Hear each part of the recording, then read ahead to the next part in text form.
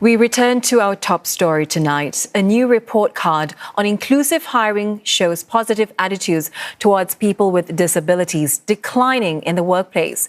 This even as PWDs experience a rise in employment and income.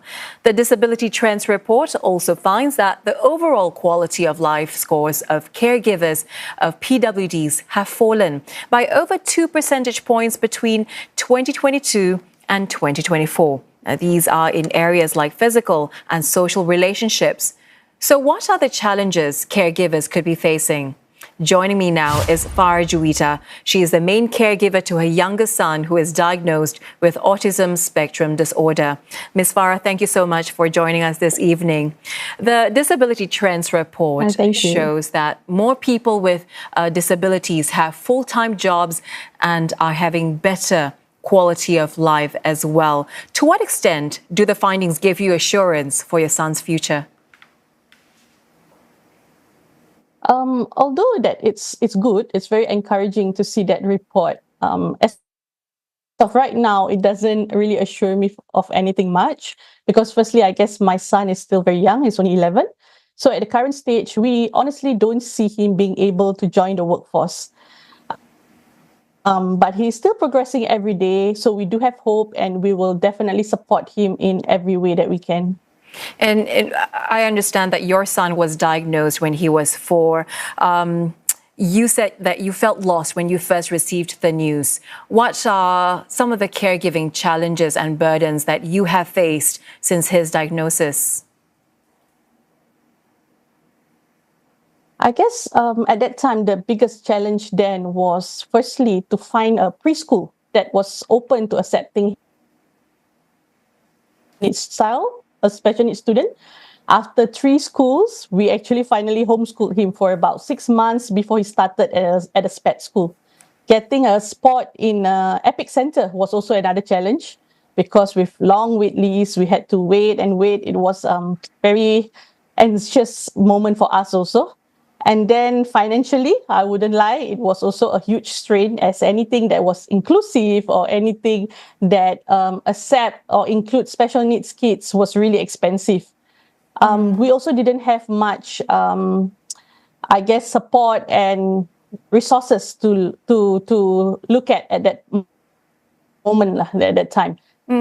Some nights also, I only survive on like 2 hours of sleep because kids on this spectrum tends to have sleepless nights, So I was just at moments really, really too exhausted to even socialize with my own family members.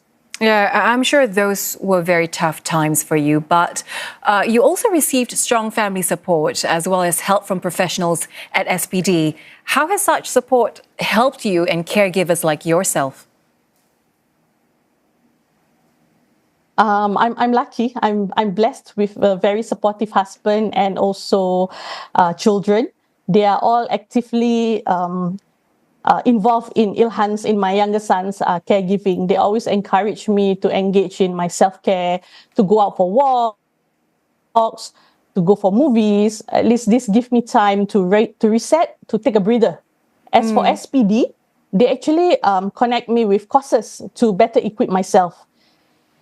They also connect me to other caregivers so I can learn and share with other caregivers, in the same boat. Even now, although my son actually graduated from SPD a few years ago, my social worker, she still checks in on me from time to time, not informally. She's like my listening ear, you see.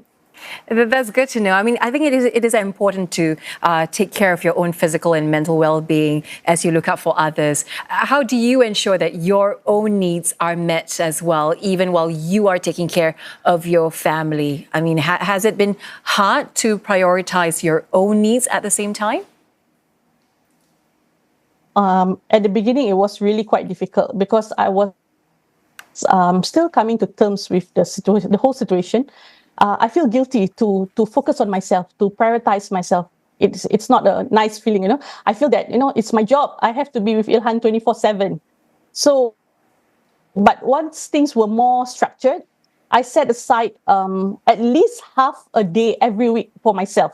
So just to focus on myself, my hobbies, my choices, and on top of that, once a day, every day, at least 30 minutes or so, I'll just go to one corner and read my book. That's like my me time.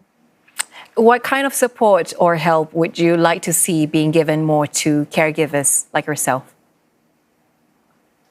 I hope for more emotional support, like maybe sharing sessions in groups, caregiver groups, or even like learning session in workshops, and then more understanding and empathy from the community. It will be greatly appreciated from for us caregivers. And one more thing actually is like if there is a availability of flexible jobs, so that we caregivers can have the opportunity to work and build a safety net for the future of our special needs kids. So emotional support, empathy. Before you go, Ms. Farah, for the other caregivers who might be watching us right now, what advice do you have for them for where they might be able to find caregiving services and help? I guess when your kids, if their kids are receiving any kind of support from any SSA, any social service agency, like example SPD with their Enabling Services Hub, they can reach out directly to SPD or even in general to SG Enable. Because like SG Enable, they have even a list of parent support group, which I really highly recommend, because when you join this parent support group, you are within the same circle, all people in the same boat, you actually can get lots of resources from your fellow caregivers. I think it's key to know that you're not alone in this journey. Ms. Farah, thank you so much for speaking with us and sharing your story with us. That was caregiver Farah Juwita.